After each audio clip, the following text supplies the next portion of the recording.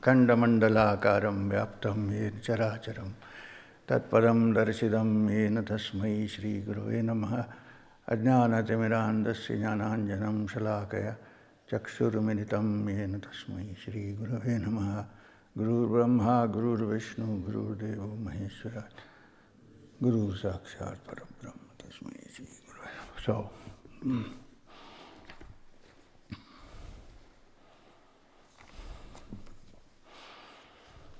So we are going to do the Mandukya,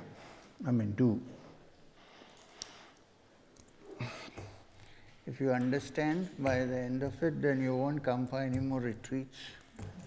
You don't need to.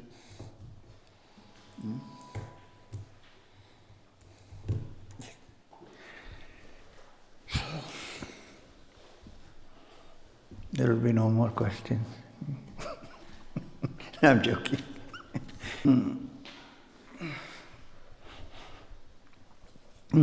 So, the Mandukya Upanishad belongs to the last Atharvaveda, Rigveda, Yajur, Atharvaveda. It has only 12 slokas, only 12. And it has been one of the most discussed and commented upon Upanishads, starting with Gaudapada down. Many karikas have been written. In fact, it is the first systematic exposition of the Advaita Vedanta philosophy, which Shankara later followed up with.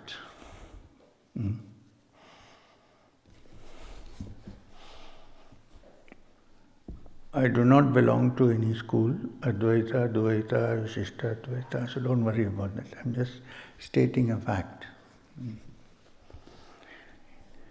So, the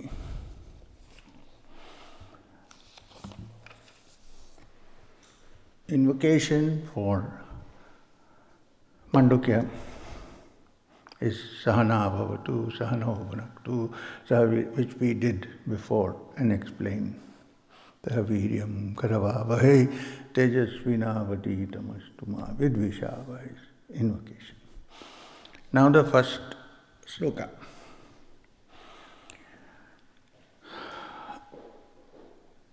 The first sloka shows the significance or the meaning of the word that appears in the Vedas and many Upanishads and Yoga Shastra, which is O, the Pranava. So the Upanishad starts with describing what Om is. Now, in this it is described in one way. It's also worth looking into the general description of Om. The general description of Om, first that it is the Pranava.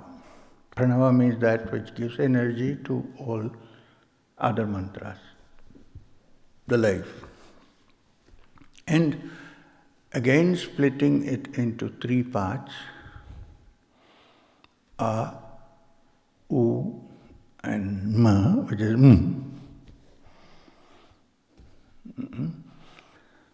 Normally, A would indicate the beginning of everything.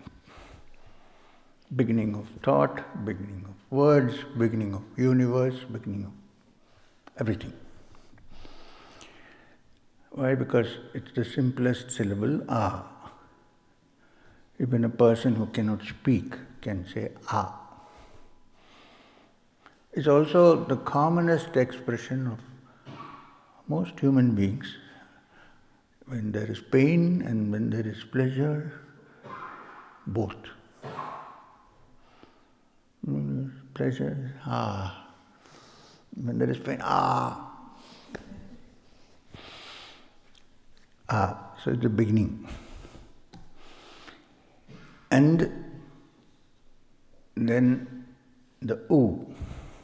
The U represents the continuation or the preserving of what has been manifested or created or initiated. U, the continuation. So the A therefore is symbolically called given the symbol of Brahma, the creator, and U being the preserver of all that has been manifested, Vishnu. And when you say Om, the Ma is the end, because if you need to say something else, you need to open your mouth again. So it's the end. So I wouldn't use the word destroyer, I would say the transformer, because unless something is gone, you cannot have something new coming into the place. So it's regeneration rather than destruction, the Ma. And as I discussed with you some time ago, the Ma is also the commonest sound you hear when people want some relief. I mean, when in a hospice or where people are getting well from sickness, commonest sound you hear is right? From India they may say Amma, but it's still Ma. Why? Because there is a built-in soothing effect of the sound Ma, which is why we do the Brahmari with Ma. Is also an expression, positive expression of saying yes. We may talk in any language, but when somebody says, we can still say common. Okay, now this is the normal understanding of Om. Now the Mandukya, now there is a controversy not controversy, there's a discussion why an Upanishad should be named Mandukya. Because in Sanskrit, Manduk means a frog. So why a frog Upanishad of all things? I remember somebody saying that perhaps there was a rishi called the Frog Rishi, and therefore the Upanishad he wrote was, I don't think so. So my discussion with Maheshwarnath Babaji on this matter, he said, there are two things to be noted. Is the wisdom and the words that are heard, which are more important than the shape of the person who says it. In the Chandogya you will see, on a rainy day, all the frogs sit together and chant the Upanishad.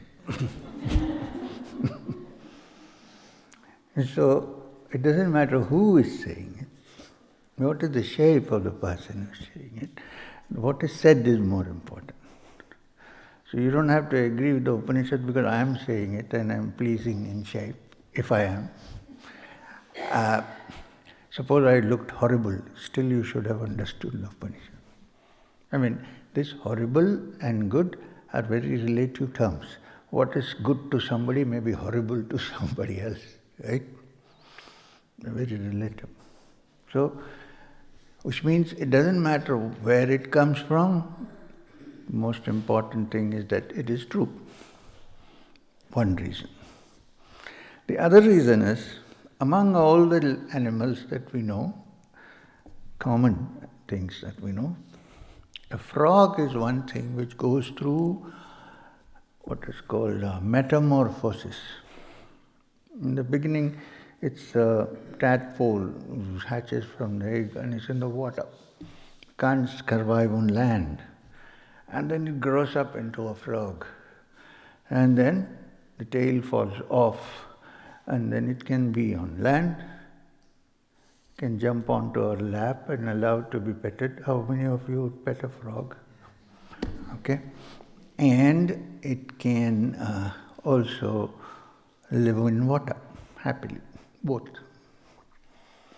So, a person who has understood the significance of what has been taught in the Mandukya Upanishad can live in this world and also in the other without any difficulty. It becomes a spiritual amphibian. Not from the shape, but from the attitude. Right? So this may be the reasons why it's called Mandukya Upanishad. This is what Babaji told me. Perhaps he knew. Perhaps not, I don't know. Maybe he was giving me a satisfactory answer. Who knows? Whatever it is. I'm not questioning that. So we go to the body of the Upanishad now. The first sentence. Om. See, in the morning I have a problem. Later on it improves.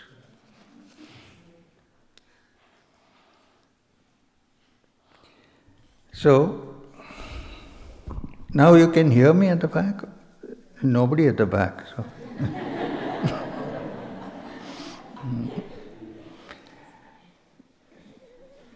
So the first sloka of the Upanishad.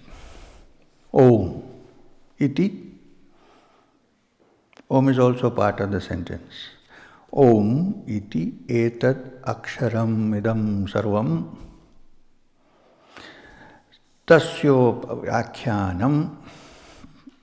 That means Om, here this syllable is all this. An explanation for this follows. That's what it means. Om iti etat aksharam idam sarvam tasyopa vyakhyanam. So we are going to explain that to you. And this is what the Upanishad says. Bhutam bhavat bhavishyat iti sarvam omkara eva. All that is in the past, the present and the future, all this is the syllable Om.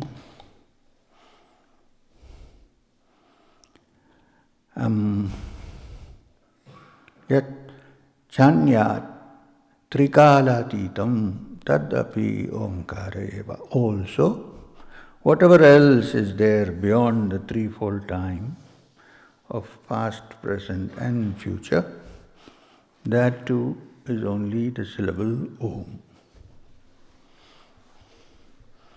So, the Rishi in the first sloka covers the fact that the Om is the beginning and the end and the middle of all things. It is everywhere and all-pervading, the Om. And it's also the past, the present and the future. And anything that is beyond the divisions of past, present and future. Let's look at this carefully. Past, present and future. Except for the memories that we have no understanding of the past. Except what we project based on those memories, and today we know nothing about the future. So what do we really fully know? The present, but we don't. Because the present is never caught, it's always covered with the past and what is to be projected in the future. So we usually miss the bus. We don't look at the present. You look at the present, but the present is always covered. I'm not saying it's good or bad, please. There is no good, bad facts. I'm looking at the present, but that present is always covered with the past. I'm looking at the future, I don't know anything, but it depends on the projection the mind makes. If it is like this, so it should be like this tomorrow. Right? Yesterday night you went to sleep. Didn't you know about the future, that today there is going to be a talk again? How did you know? Actually you don't know, because it is only in your mind, but you projected it because it was so yesterday. The fact is you don't know.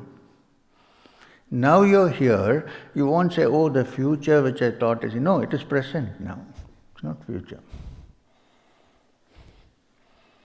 And it's not the past.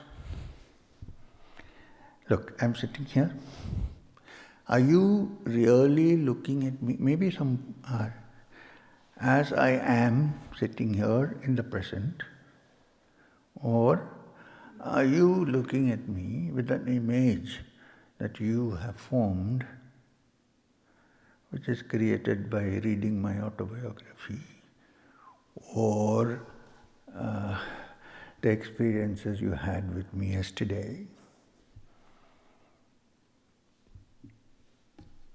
or the BP I had yesterday, not today. Only the doctor who checks knows what it is today, others don't. So, while we tend to think that we are in the present, we are actually colored by the past and projecting that into the future. Like you're saying, today this is here, so in the afternoon there will be another Mandukya Upanishad class. You're projecting, what if I pop off in the middle? You don't know really, right? Fact. So the Upanishad is saying that that which is at present here is the sound, is represented by Om. That which was past and has now come into the present is also the Om that came with A. What is happening now here is the U in the middle. And when it is over, it's the Ba, Om. What was past, what started with, is A. So there is a continuous connection between these three. Like, I tell you, thought, for instance. We think that our thought process is continuous, right? It looks to be so. However much you try to take it off, it's there, like a chain. But to examine if it really is continuous, or is it a collection of different frames? You probably don't, many of you don't know this, but perhaps you do. In the early days, the movies were all made with films, not digital. Now in a movie, there's a camera taking, not 1, 2, 3, and I'm raising my hand like this, right? Now in the camera, when the film is taken, each of this action is taken in a frame. When it is played you look at the old films. When it is played together in a certain speed, you only see this. Which means, although it appears continuous thought, it actually consists of different frames. One frame is gone and another frame is coming in. But we like to link. How do we link it? Because of our past experience of linking it together. So actually there is only that frame. But it's linked together and the time is so small, it is not possible to figure out that these are different frames linked together. They're one. So Om represents this whole chain, while the chain is made up of pieces. And each piece consists of the past, present and the future. Now the question is, it also says that Om is also that which is beyond the past, present and the future. That Om is what is coming to be described. That which is free of the past, the present and the future, because that is the last sentence.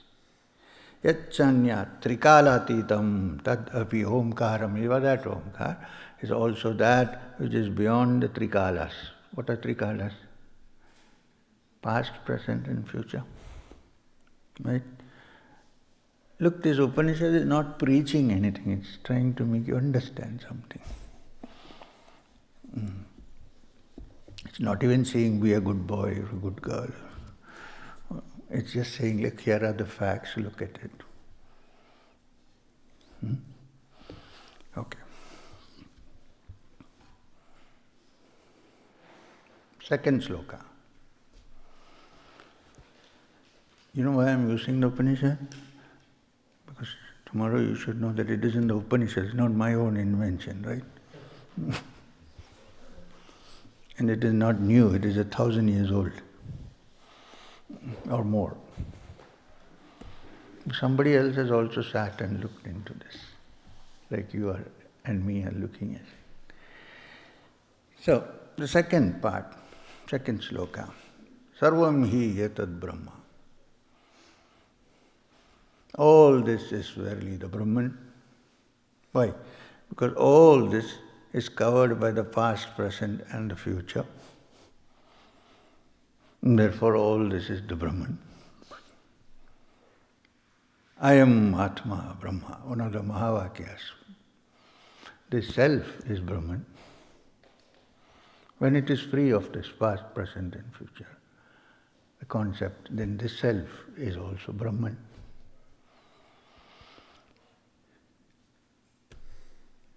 So, I am Atma Chatuspat. Now this self, which the Upanishad says is also the Brahman, is the Brahman, has 4 parts. This self, the ultimate self, the supreme self, all-pervading self, you cannot divide it into any parts. But this self, which is manifested in me, has 4 parts.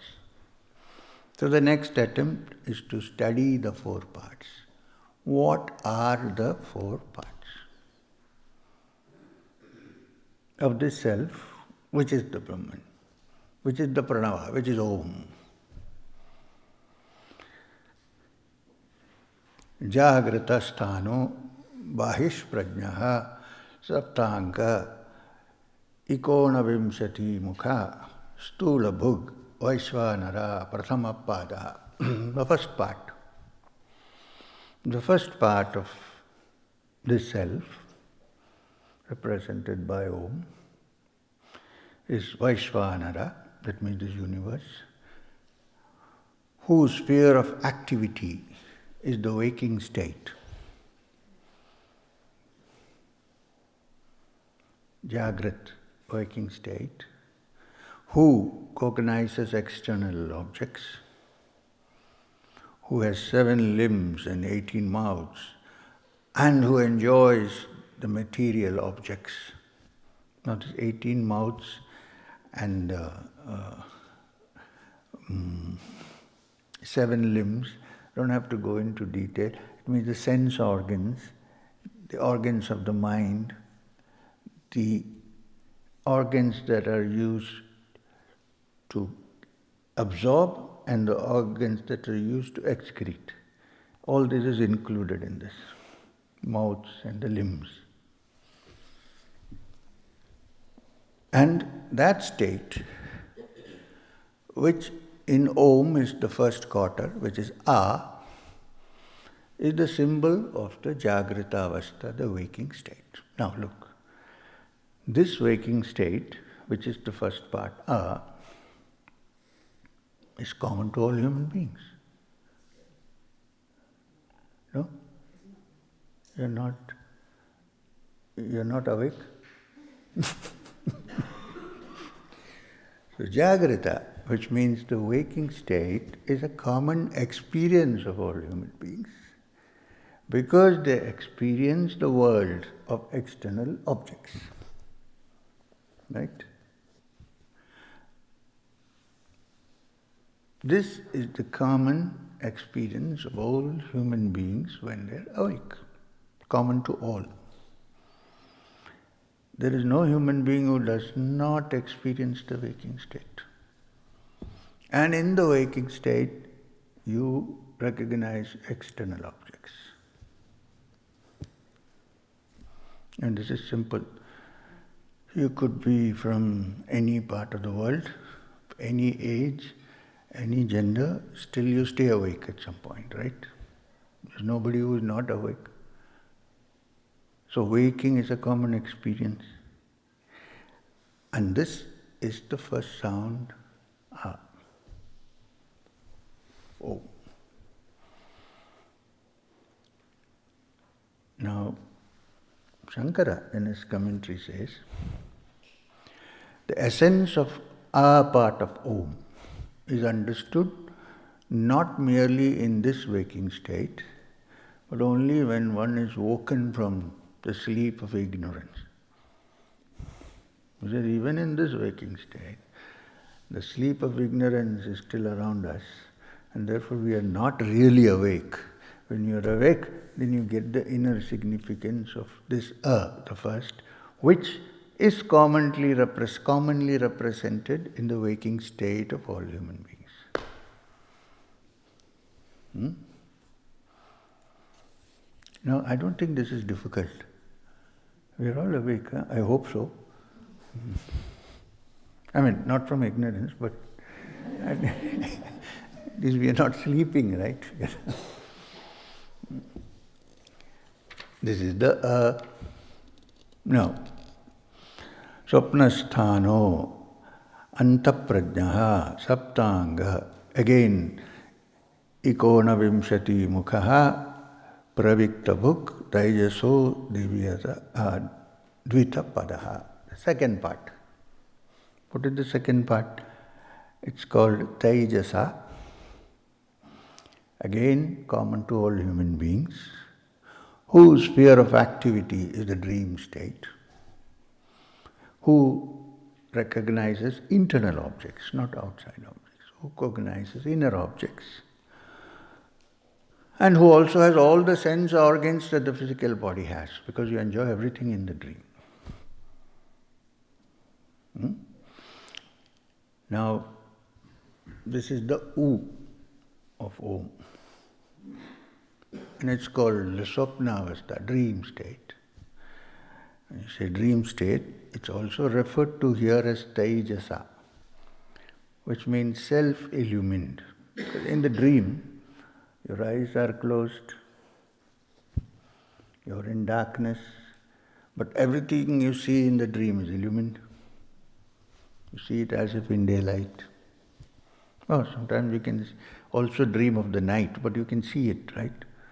So it's called Taijasa, also Sapna, because it is a dream. Now this is the state which we need to look at a little carefully to understand the rest of Om as it comes. The dream state. Waking state is not very difficult, although we are not sure if all the impressions that we get in the waking state are real. We don't know. They look real, of course. Whether they are real or not needs to be looked at carefully. But dream is a state which needs to be looked at very carefully. We all dream. It's common to all. Right? Night dream and daydream. We are not talking about the daydream now, we're talking about the night dream. Now in a dream, everything looks so real. That's why we love nice dreams and we're afraid of terrible dreams, because they look so real. Not when you wake up. As long as you are in the dream, it's real. Very real. In fact, if somebody is running behind you and driving you crazy in the dream, or it could be an elephant or a tiger, chasing you. It's so real. You're running for your life. You're not saying, oh, I'm dreaming, this is a dream tiger. No. Rarely, of course, one wakes up in the dream, but generally. And it's so real that even after you wake up, you're looking behind. Where's this tiger guy gone? And a medical person will say all the parameters of fear are there. You're sweating, your pulse is beating faster, but there is no tiger. The tiger was invented in the mind by the dream, but it no longer exists. But at that point, it is very, very real. So some people ask this question. Now, okay, let's establish this. So in the dream, the waking state is not real. In the waking state, the dream is a dream, it's not real. Which means what? That both are not absolutely real, they are relative. In this state that is not real, in this state that is not real. So where is the criteria for absolute reality there? Yes, temporarily. So relatively real, agreed. You cannot ignore it. It's there. More so the waking state, you cannot ignore. Now the waking state and dream state, there is one difference, main difference, major difference. In the dream state, suppose in today's dream, you think that you have become M. Me. Today's dream. But when you wake up from the dream, you're Anita or Iti or Mani or Volga. In the dream you have become me, right? When you wake up you're back to the same position. So, which means in the waking state there is a continuity. Tomorrow if you dream that you are Deepu, when you wake up you will still be Olga, right? But in the dream, day after tomorrow you can be Aggi. This major difference is there. Identities keep shifting in the dream, while in the waking state it is continuous, which is what fools us into thinking that this is more real than that, because of the continuity of identity.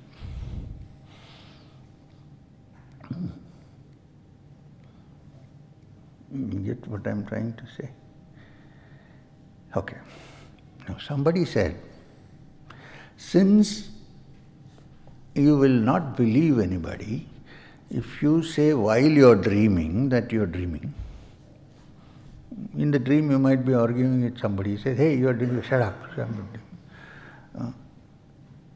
In the same way, now that you're awake, so-called, you may be in a big dream, longer dream, but you will not believe it if I tell you it's a dream, because when you wake up, you will. This waking up is the understanding of the self. When you understand the dreamer, then you understand it is a dream, not till then.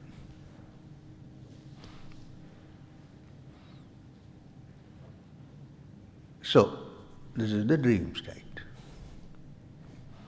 This is the second part of Om, which is O.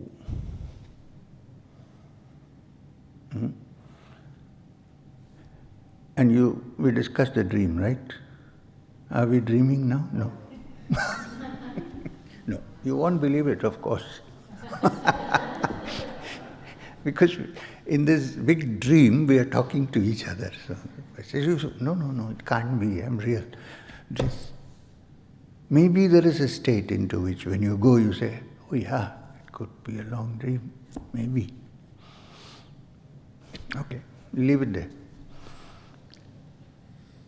Or have a cup of coffee, it's very true, okay, not a dream.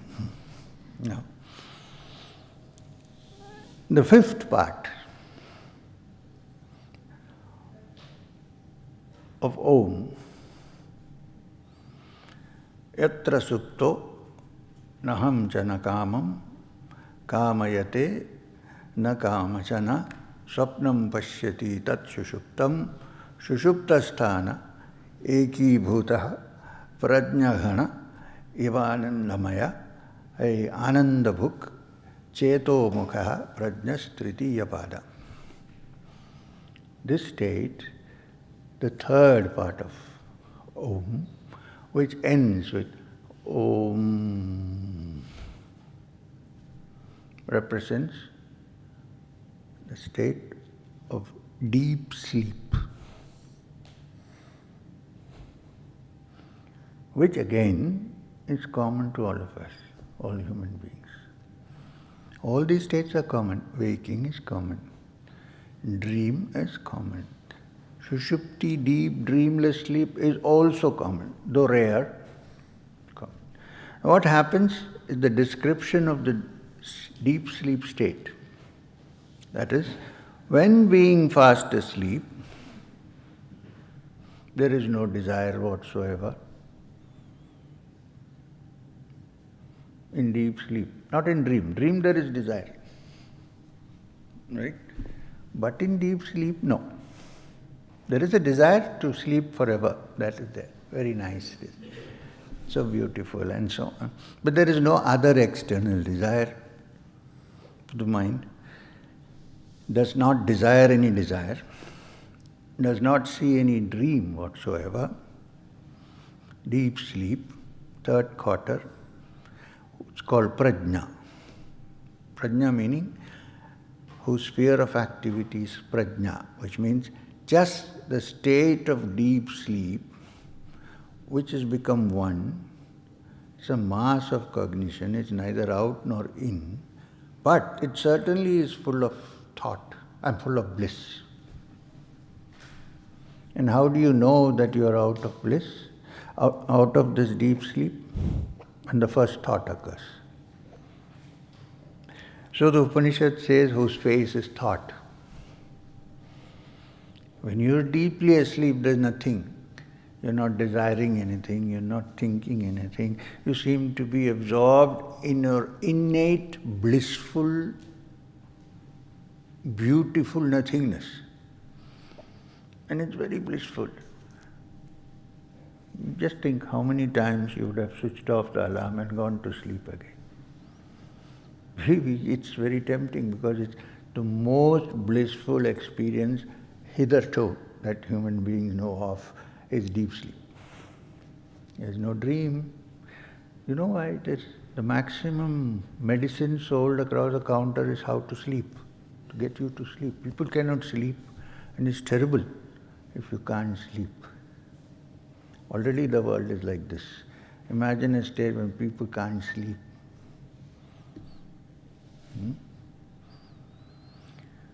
So, this deep sleep, but while we are deeply asleep, we are not aware of. We are aware of the blissful, wonderful nothingness of sleep only when you're about to sleep or when you're just getting up from sleep. While in sleep, you don't know. And it's when you're awakening and you feel the bliss that you don't want to come out. You want to go back. And dream also is a great equalizer. You, I, all of us go to sleep. The boss also sleeps, the worker also sleeps. The boss may be sleeping in a more comfortable bed, or even a water bed. These water beds are dangerous. I knew somebody, a good friend, whose wife got so angry with him that she punctured his water. He went and lay on the bed. What I'm trying to say is that I'm not providing any incentive to wives. So, it's so comfortable and so blissful that you don't want to come out of it because it is rest. The mind is not working in circles. However, the sad thing is, at that moment, one is not aware of it. It's only When you wake up, you would probably say that was a blissful sleep, yes? But not while you are sleeping. Which means, even in that deep sleep, there is a being who is witnessing and enjoying. Enjoying what? Enjoying not getting caught with any other enjoyment. Being free. But at that point, the awareness is not there. It's only when you are waking up or about to sleep, the awareness arises. So, the Upanishad asks the question, what if there is some way, what if, that while in that beautiful, blissful, deep sleep, the awareness happens. Then enough, no need to read the Upanishad anymore. Unfortunately, you cannot go there through deep sleep. Then it would have been nice. I say, what is the lesson? Go home and sleep. That's it. Unfortunately. So how does it happen then, if it happens at all? Now, describing, we haven't finished, the Upanishad has not finished describing the deep sleep, the entity that is in deep sleep, full of bliss, not recognizing anything. Probably before all creation came into being, it was that deep sleep from which the slumber, something woke up and multiplied. Perhaps. And then when it sees, hey, this is also my multiplication, it goes back to its original state. Talking about that being who in deep sleep does not desire any object, does not see any dream, who is in full bliss, the Upanishad says that being is the Lord of all, the knower of all, the inner controller, the source of all. This is the beginning and the end of all beings. Death, final death, every day we sleep, it's a little rehearsal for the final, right? And finally, what happens? It's just like sleep, but deeper, you don't get up. In this sleep, an ordinary daily sleep is also very similar to death, very similar in many ways. This is why we get up in the morning and then brush our teeth and have a bath. Let it be like that for some time, you will also smell like a dead body. It's a little rehearsal. What all we do when we wake up, we need the best toothpaste so that you don't smell. Why? Because you have died for 8 hours or whatever. This is a new life. Although we don't think of it that way, we think it's all continuing. But nobody knows while you go to sleep, you may never wake up. Who knows?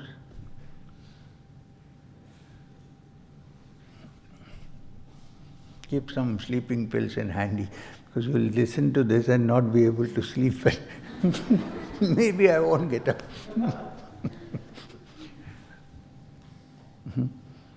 So, this state, which is the essence of being, is the Lord of all. Esha Sarveshwara, Esha Sarvajnaha, Esha Antaryami, Esha Yoni Sarvasya. This is the yoni of everything, into which everything goes and everything comes out. Now the wonderful thing is, each human, while we are talking about universal things, each individual human being is a replica. We all go through it, although in its true essence it is universal.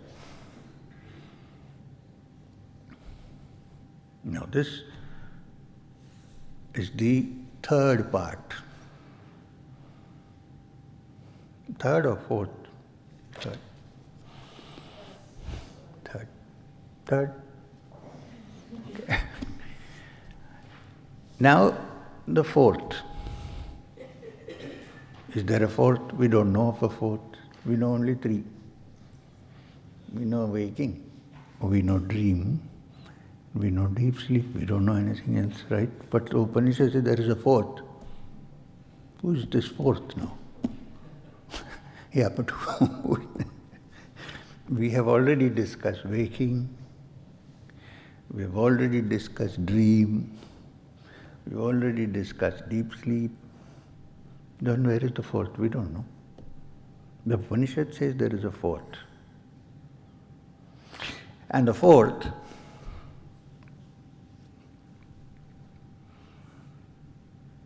is that which cognizes internal objects, is not that which cognizes internal objects. It's not which cognizes external objects, not what cognizes both of them, not a mass of cognition, not cognitive, not non-cognitive. It is unseen, incapable of being spoken of. So we are wasting our time actually. Unnameable, without any distinctive marks, unthinkable, again we are wasting time,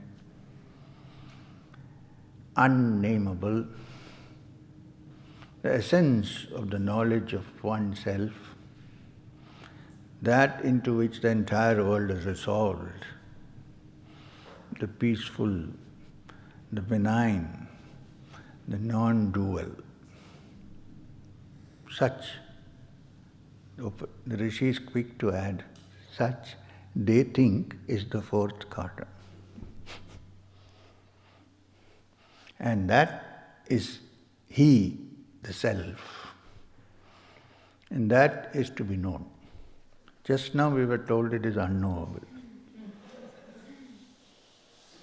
And that is the self to be known.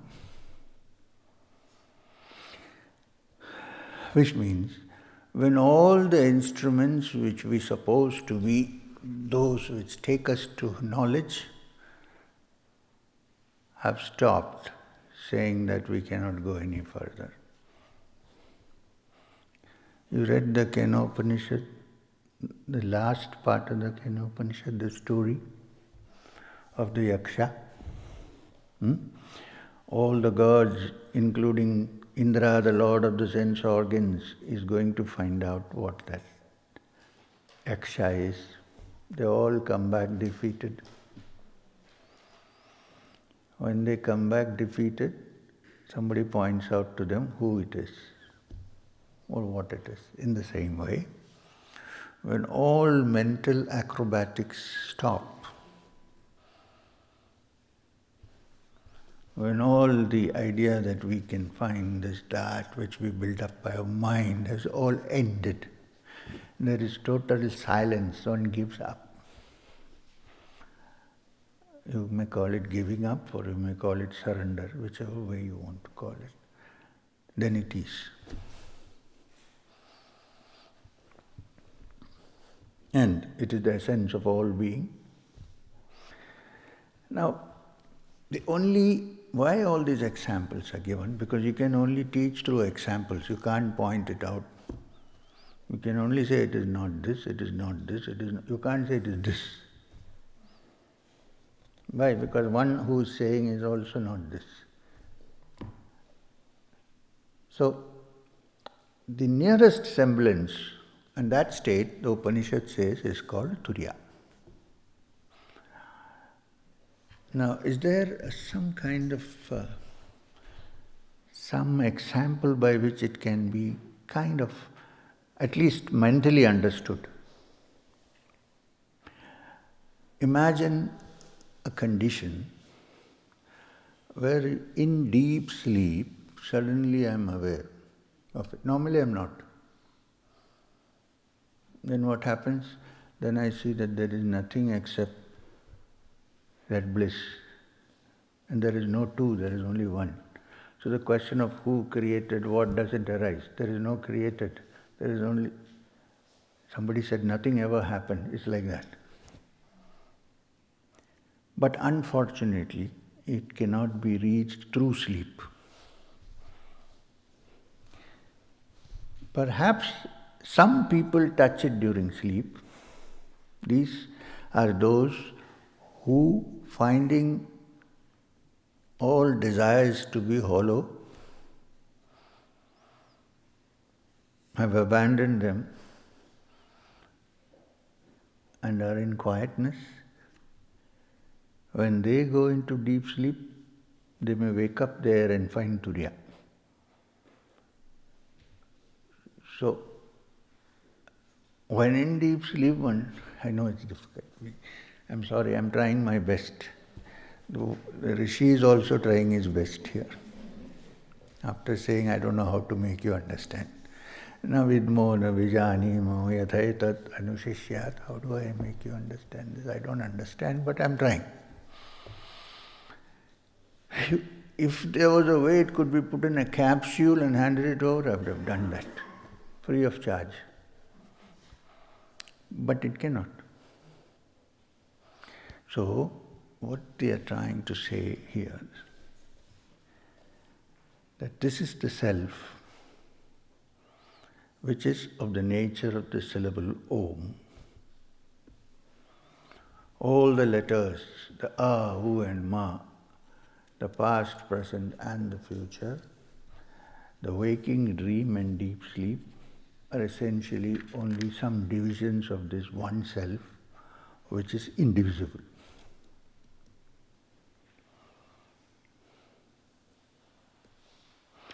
So Vaishvanara, whose sphere of activity is the waking state, Jagrata Sthano, Vaishvanaro, Akara Prathama and so on.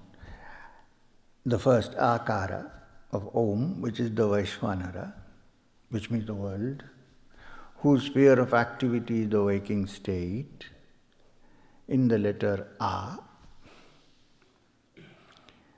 He who knows this obtains all the desires in this world. So if you are only interested in the A, which is based on the desire for the outer world, and if you concentrate your attention on that, you become successful and wise in this world. That's the implied statement here. But Swapnasthanas Taijasa Ukara, Taijasa, whose sphere of activity is a dream state, is the letter U. He who knows this exalts the continuity of his knowledge and becomes equal. Now there is one statement which I am a little worried about. In his family is born no one who does not know the Brahman.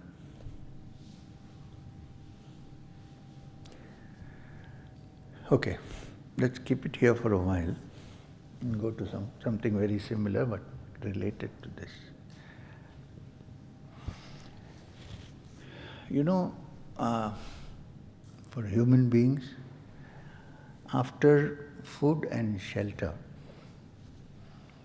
the most enjoyable thing is sex.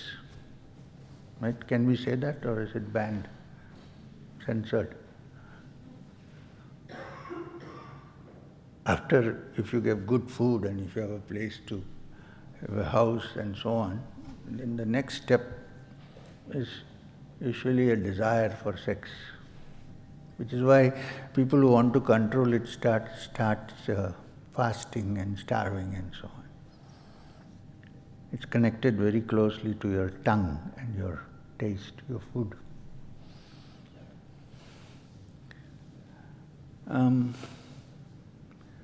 Now, when you say sex, is it merely the act, or is it all the embroidery that comes before that? All the movies, all the dramas, all the love stories, they are the preliminary embroidery that trap you in, right? Not trap, sorry, that take you. right? All the advertisements on YouTube, how to look more attractive. Yeah. In old Hindi movies, we had people running around trees, hero and heroine. With all this foreplay, Dhamma, ultimately ends in one act. Yes or no? One act. In this act, the desire is fulfilled. Physical desire, fulfilled. I'm not saying it's bad or good, okay? Fact.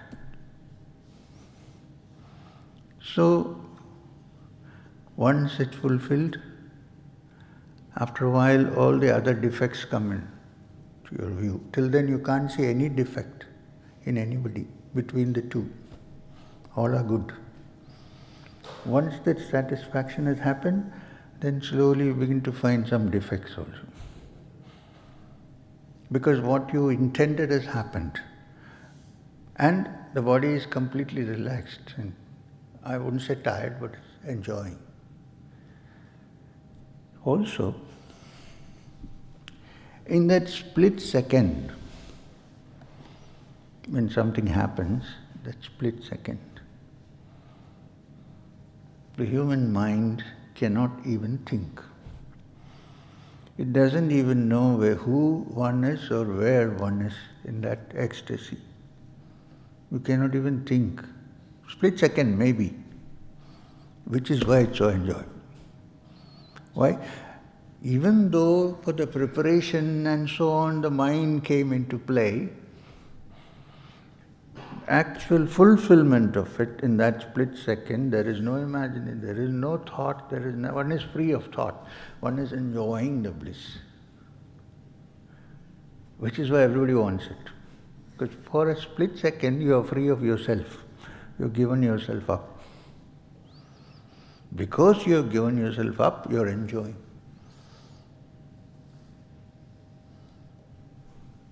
The rest is all the drama. In the same way, they are saying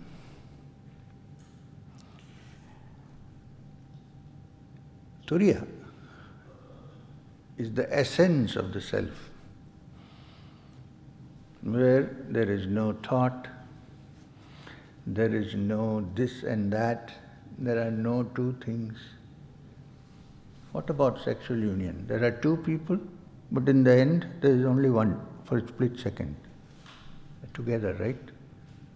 Now when Tantra talked about that, they gave it a bad name. It was only demonstrating that, man, look, this is... It doesn't mean you have to do it to find moksha. Just an example. So when Tantra declared yogo bhogayate, yoga is bhoga, enjoyment, what it said, what was trying to imply was even the highest of enjoyment for the human being, still the Supreme Brahman. When that happens, it happens at a split second when there is no thought, there is no speculation, you don't even know who you are. That's why some people get caught. They don't know where they are or who they are. Right? So unless that who we are and what we are and all these identifications are shed, the inner self which is in Turiya cannot be recognized in deep sleep. If that is gone, then deep sleep and Turiya are not different, they are the same. Unfortunately, you cannot reach Turiya through deep sleep. It has to be done during Jagrata Avastha. During the waking state, the mind has to be made as free as it is in deep sleep. In the waking state. Where others may say that you are so and so, but you don't agree with that. Maybe I'm not. Who knows? I have no identity. This happens, it's over. This is the 12th sloka of the Mandukya Upanishad. It has no elements which can be spoken of. The whole world is resolved into it. It is non-dual, there are no two things. It is the syllable Om, the very self. He who knows this enters the self. Over, Mandukya is over.